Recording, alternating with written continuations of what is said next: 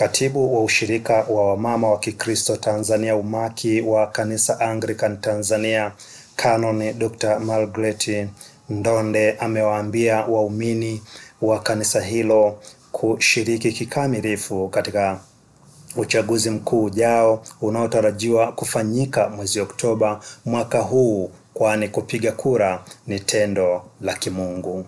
Katibu Ndonde ametoa ushauri huo wakati alipokuwa akihubiri katika mahafali ya wanachama wa umaki waliohitimu kozi ya uchungaji katika chuo cha St. Philip's kilichopo wilayani Kongwa mkoani Dodoma, ambapo jumla ya wahitimu 18 wamepata vyeti, ambapo 3 kati yao wakiwa wachungaji wanaume.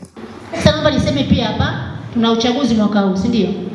Kuna mambo mawili au matatu. La kwanza, kuhakiki majina yao kwenye nini? Kwa daftari ya nini? Kuna kujiandikisha na kuhakiki, si ndio? Hiyo hatua ya kwanza. Hatua ya pili, kushiriki kikamilifu kwenye ile mikutano ya kuuza sera, wanapokuwa wananadi sera zao. Sawa? Usikae nyumbani usubiri ukapige kule wa kufanya hivi.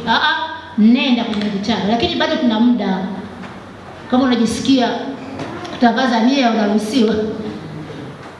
Ila baba alisema kutaka kutangaza nia na una nini leseni ulishakosa leseni yake. Bwana Yesu asifiwe. Kwa hiyo tuatie moyo wa Kristo, tuatie moyo watumishi wa Mungu wafanye hivyo. Lakini la tatu, tuende tukapige kula. Yaani wewe utakuwa umenawa maji. Usipopiga kula utakuwa umefanya makosa makubwa, umemtenda Mungu dhambi, kwa sababu kula ni jambo la nini? La kibiblia, ni jambo la kimungu. Aidha, Dr. Ndonde akawapa wahitimu hao siri hii ya mafanikio iliyopo kwenye dira ya umaki. Tuna dira ya umaki. Dira yetu ni kuwa na jamii yenye maendeleo kiuchumi, inayemjua Mungu na kupata huduma zote za kiroho na za kimwili. Na ndio maana umaki Kanisa Anglikana Tanzania na duniani kote hatuoni shida kuwafundisha watu mambo ya ujasiriamali. Hatuoni shida kuwahamasisha watu na kutoa kozi na mafundisho mbalimbali kuhusu uanzishaji wa vikundi vya akiba na mikopo. Pia tunawatia moyo kusajili kilani kisheria. Sasa hivi tuna vikundi 400 vya kushika mama Kikristo vya nini? Vya akiba na mikopo, na wapo kwenye hatua za kuendelea kusajili.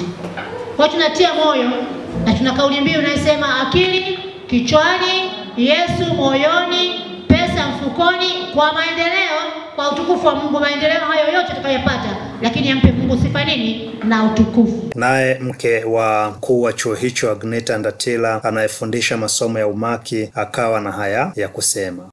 Na kwenye darasa hilo wamama wanajifunza masomo mbalimbali.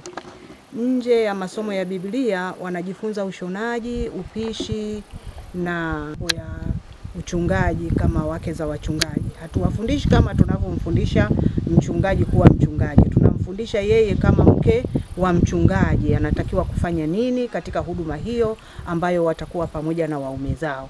Kwa hiyo ndio lengo kubwa ambalo tunawahitaji wamama waje hapa. Na wanapofika hapa kweli wanaelimika, wanapata elimu nzuri na hasa ya ushonaji. Hata hapa hivi nilivyovaa ni wale wamama wamenishonea. Kwa hivi tuna faida kubwa kwa ajili yao.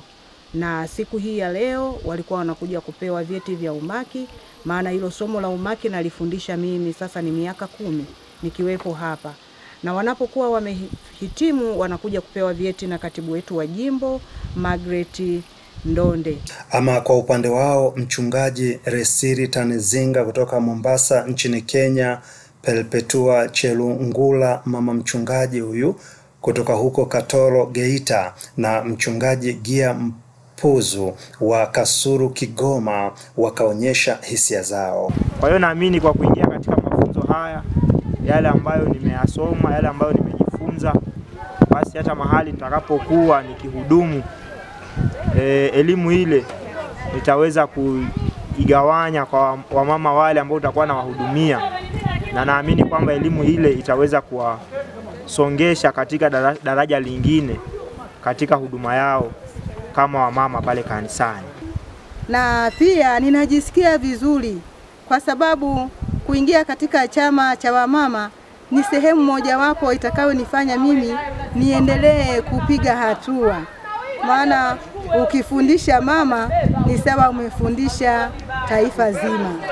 Mimi nimefurahi kwa sababu mimi niko mama ambaye ninaweza kufundisha rika zote.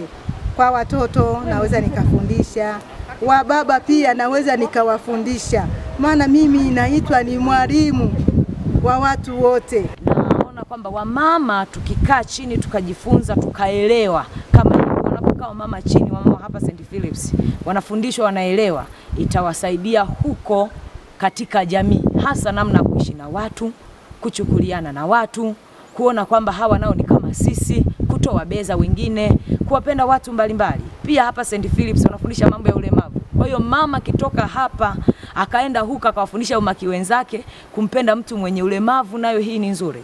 Hawezi kumbeza, atamuona naye kaumbwa kwa jinsi ya ajabu. Kutoka hapa katika chuo cha uchungaji cha St. Philips wilayani Kongwa mkoani Dodoma, John Israeli wa Banda Media.